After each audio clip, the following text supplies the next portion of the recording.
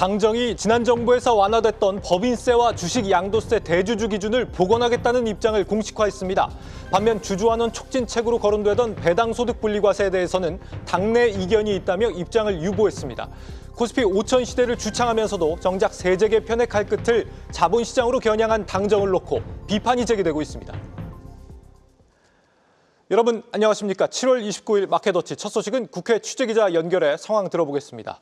양현주 기자, 세제 개편안 발표를 앞두고 당정이 오늘 증세를 강행하겠다는 입장을 내놨습니다. 구체적으로 어떤 내용이 오간 겁니까?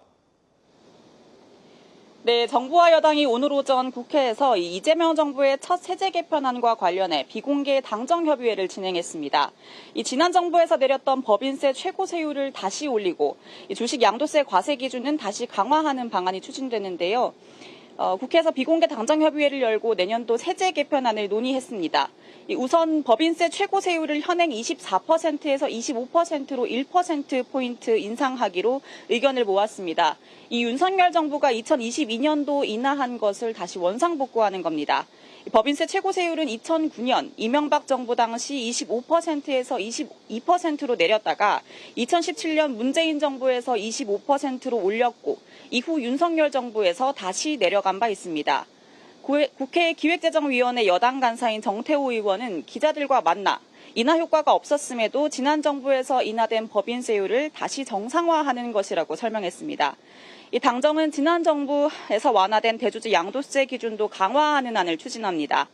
현재 상장 주식을 종목당 50억 원 이상 보유한 대주주만 주식 양도세를 부과하는데 이를 10억 원 이상 보유한 자에도 세금을 물리는 겁니다. 이 같은 소식이 알려지면서 코스피 지수는 오늘 오전 한때 3,200선 아래로 떨어졌습니다. 이 시장에선 양도세 기준이 바뀌면 이 과세 기준이 되는 연말 직전 세금을 낮추기 위해 투자자들이 보유 주식을 대량 매도할 수 있다는 우려가 나오고 있습니다. 네, 정작 시장이 기대하던 배당소득 분리과세에 대해서는 명확한 입장을 내놓지 못했다고요? 네, 그렇습니다. 이날 정부 측은 이 돈의 흐름을 부동산에서 자본시장으로 이동시키는 게 중요하다며 이 배당소득 분리과세가 필요하다는 입장을 전달했습니다. 이 주식 배당소득을 종합소득에서 분리해 이 낮은 세율을 적용하자는 취지인데요. 하지만 여당 내부에선 여전히 신중론이 나오고 있습니다. 부자 감세 아니냐, 이 박근혜 전 정부에서 시행해봤지만 효과가 없었다는 비판도 여전히 큽니다. 2천만 원 이하 소액 배당 구간에도 분리과세 혜택이 적용돼야 한다는 의견도 제기됐습니다. 이 전날 안도걸 의원은 이 같은 내용이 담긴 법안을 발의한 바 있습니다. 민주당 내에선 부자 감세로 경론을 벌이는 상황입니다. 진성준 더불어민주당 정책위의장과 이소영 의원은 공개적으로 설전을 벌인 바도 있습니다. 정 의원은 이번 세제 개편에 따른 세입 증감 규모에 대해 제 기억으론 7조 5천억 원이라며 오는 30일 세제발전심의위원회에서 결정하기 전까지 확정된 것은 없다고 덧붙였습니다.